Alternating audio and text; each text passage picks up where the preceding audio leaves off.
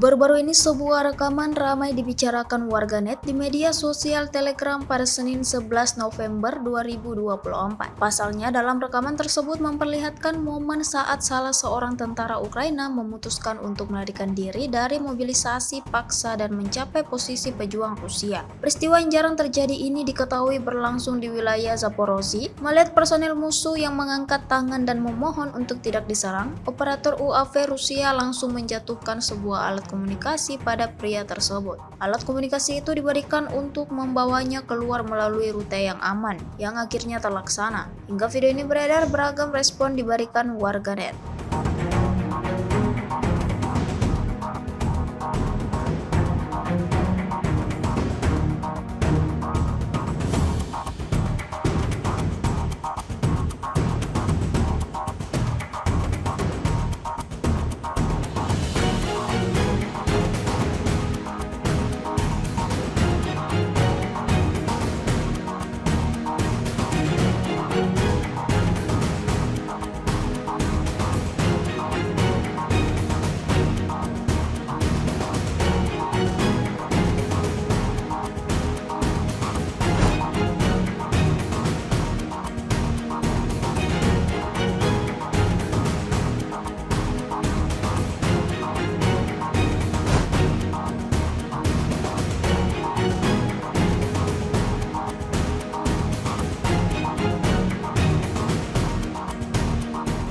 Download Tribun X sekarang, menghadirkan lokal menjadi Indonesia.